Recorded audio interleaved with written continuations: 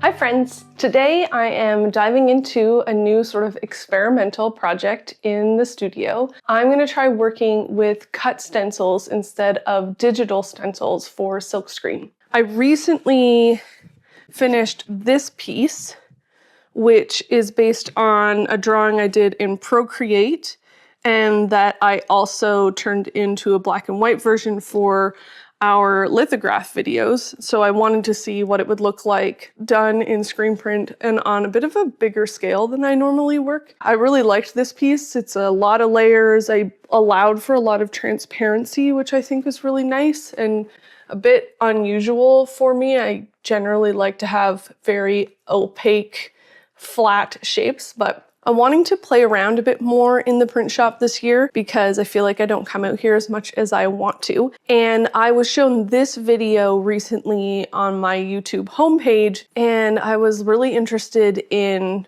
just kind of how relaxed and collage-based this printing process was. It is not a way that I generally work in screen print, and so I was curious to try to play around with that. So normally, the stencils that I work with are like this. So using a positive film, taking the images from Photoshop and printing them digitally out on an inkjet printer. So you can get obviously really fine lines and different kinds of textures and that sort of thing. Today I'm going to just cut the stencils. I think I'm going to work mostly with acetate because I think paper will break down a bit too quick. And so I want something that has a little bit more of a lifespan, but you could use paper too. If that was something, if you wanted to play along with me in the studio today, then you could absolutely use paper. I don't know what I'm doing. Like, to be honest, I haven't done a cut paper stencil print maybe ever, not in like its entirety. I've definitely like talked about how you can use cut stencils in silkscreen in workshops and have like done demos where I make like basic shapes like circles and squares as a way to talk about, you know, filling spaces with color and then having your key image on the top. But I haven't myself actually done a start to finish cut stencil piece. So this is going to be a true exploration into something new. Who knows, it might go completely off the rails. It's been a while since I've done this. I'm gonna have to do some deep thinking and remembering how this goes. But right now, I'm really hoping that I'm remembering correctly. I am just gonna start with a straight rectangle piece of paper because I thought it'd be fun to try to make a border. I don't feel like I get to play very much in the studio because we're usually trying to work through a project or get things ready for a sale or make things for a show. I miss just coming out and trying something different. It was something, I have to say, that was wonderful about being in school, was that, you know, you were often given sort of a process or an assignment, and then you just got to explore that. Set this down. Like I said, we're experimenting. Anyways, I do miss that a lot. I miss making and learning and testing things out. And sometimes when you build a career around what you do, there's a little bit less of that. All right, it's stuck, so that's good. You can see that the acetate is just stuck on the screen right there, just from the stickiness of the ink. And then here I've printed onto the Mylar so that I can use it as a registration key. Do you ever feel like you're not having enough space or time to experiment, play? I highly doubt that I'm the only one that feels this way. Is there methods that you like try to bring that into your life a bit more? I thought that if I, you know, saw something that I like online, like this video of this woman doing exactly this process, and I just committed to coming out to the studio and giving it a go, I would be much more likely to feel like I have that in my life again. All right, so the border. I think that worked really nicely. So this is our yellow border layer. I have to say, I'm pretty impressed with this ink because I did not have a lot of this ink mixed up. And I'm basically pushing ink through the entire screen. And it held up the whole time. Like, just nice, solid bands of ink. So, impressed by that.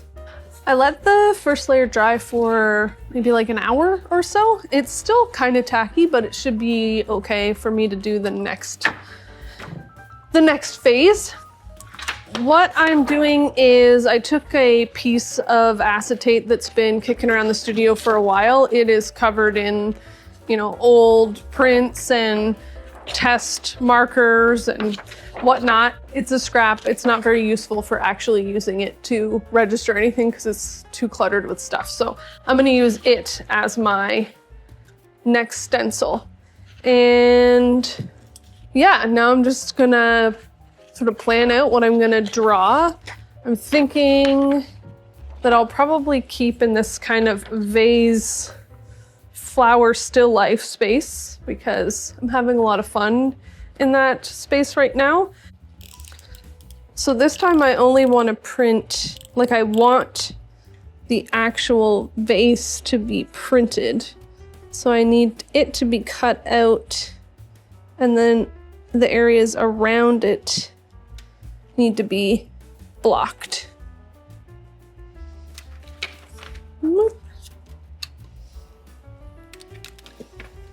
But then this could become a stencil for something else.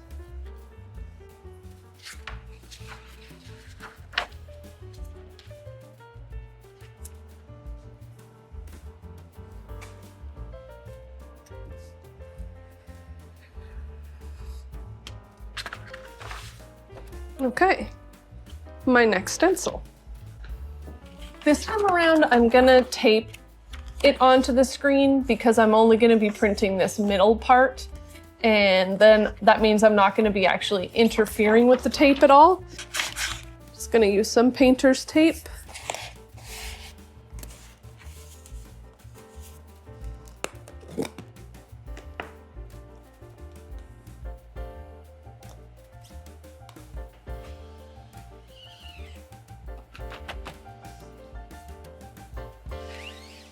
I was thinking that I could even, you know, use these as like the starting point of something, and then I could bring them into the studio and paint on top of them or draw on top of them. It doesn't have to be a screen print all the way through. And I might try putting it in different locations on all of the prints. Well, again, just trying to take this process for what it is, an opportunity to not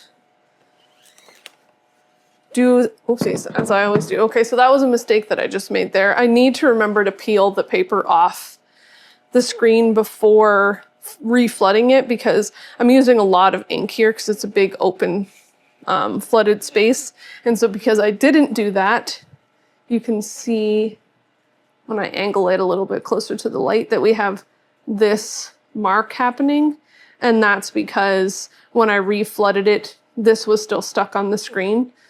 So also not sure what's happening here. Obviously there's some black ink. So that's what I'm talking about. See how it's stuck?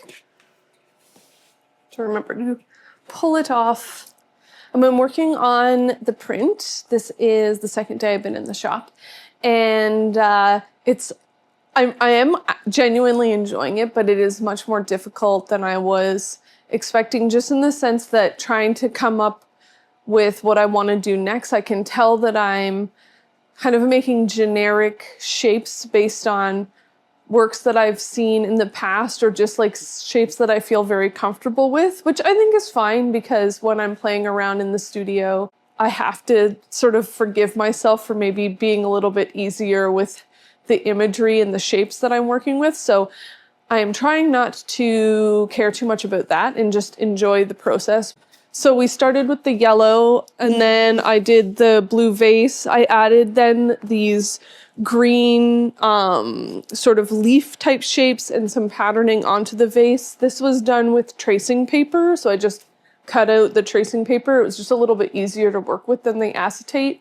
Then I wanted to try just blocking out some spaces directly onto the piece, so putting down the elements that would block these out along with the vase and then the edges to see how that would work. You know, could I do that each time? Because obviously I decided to place things in different locations every time, and that impacts working from the stencil, and that was actually very enjoyable. It made every one of them really, really different. And I realized something because I wasn't thinking about the green shapes at all. Initially, I just wanted to block out some areas so that I could have white space and then pink space, and I forgot to block out these. So obviously not what I was looking to do, but I actually liked the accident that happened there. I didn't repeat it on the rest because I didn't want to lose that green. That's okay. I'm just going to keep building up, and I'm going to keep testing out different ways of blocking out spaces and seeing what holds the shape really nicely, what doesn't. So that's where we're at. That's the check-in. It's going all right. And I'm enjoying the experience, and it is fulfilling what I want to fulfill. So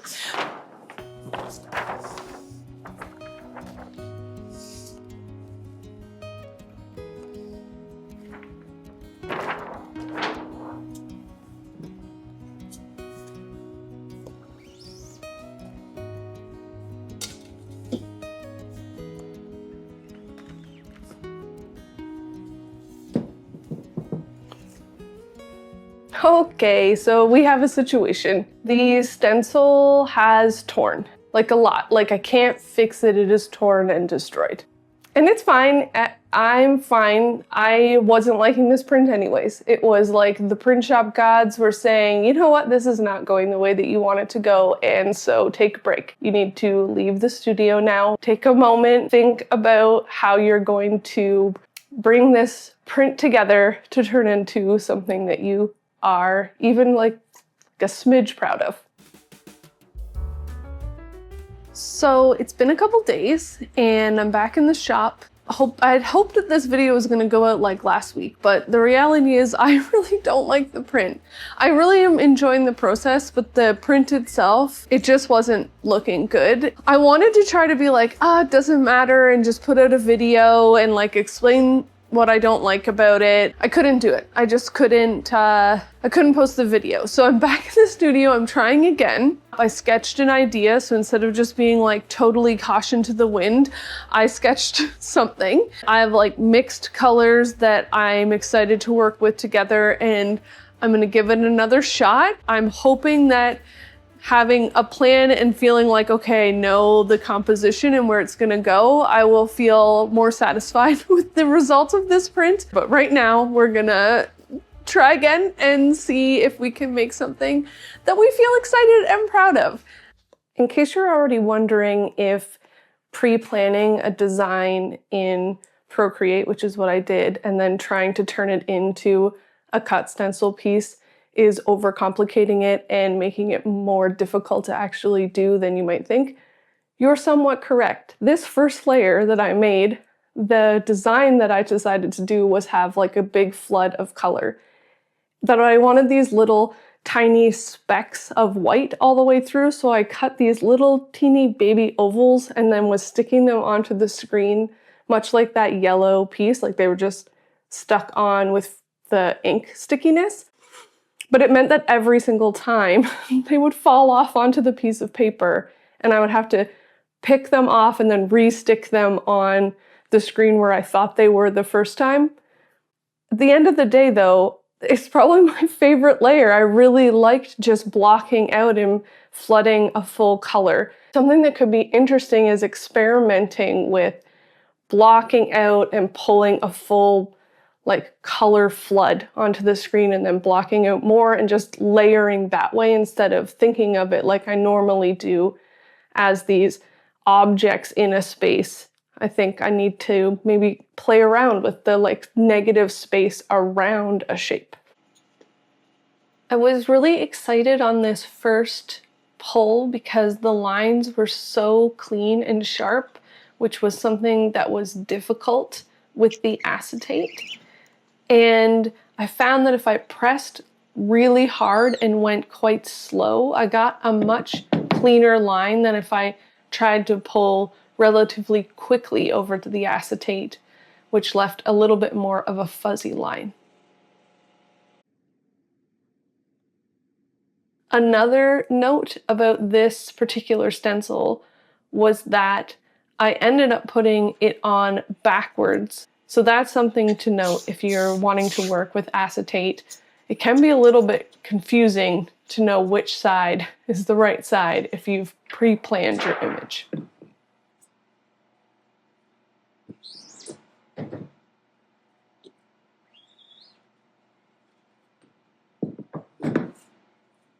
I have this dream that I will eventually get the perfect overhead shot of printing in the shop for all of you, where, you know, it just looks all even and beautiful and you can really see the process. This is the best that I could get for the time being. And I've been watching a lot of relief printers on Instagram, especially. I'll leave some links in the description of people that I'm really loving. And I was talking with Kyle about how relief print is such a beautiful and satisfying process to watch visually, like on a video, just rolling up the block and taking the print pull. The reveal is so nice. You can really like see how the process comes together. And I do not find that to be the case for screen print. I'm sure that there are screen printers out there, and if you have folks that you follow that are screen printers and they share beautiful photos of the process, please put those in the comments. I haven't figured it out yet exactly, but it is a process that I love, and I really do love making these videos, so I'm gonna keep trying. What I want to maybe remind myself more and more all the time is that those like hiccups when I was in school felt kind of like a great learning opportunity, and those challenges made me really like think about how to be flexible in the studio. And I noticed like as the years progress and time passes from that student version of myself, it feels harder for me to embrace that flexibility and embrace that playfulness. It's like giving me that gentle push to remember that I can take the time that I need if I want, and a video can go out later than I expect, and that's okay. And also that the studio doesn't have to be as like rigid as I sometimes make it in my head. Well, after a bit of an emotional roller coaster and debating my confidence level putting artwork on the internet that I'm not 100% proud of, we did it. We had some major stencil crises, but at the end we created a full print. And overall, you know, are there changes I would make? Absolutely. But generally speaking, I had a lot of fun. It definitely help with that craving of wanting to try something new. And I still think it's a really cute print, and I'm happy with how it turned out. So the moral of the story is that sometimes things fall apart, literally, and you can't tape them back together, but you can always go back to the drawing board and try again, and you can use everything that you learned from that first moment and apply it to the new moment, and you might just end up with a super cute little print of a vase full of flowers.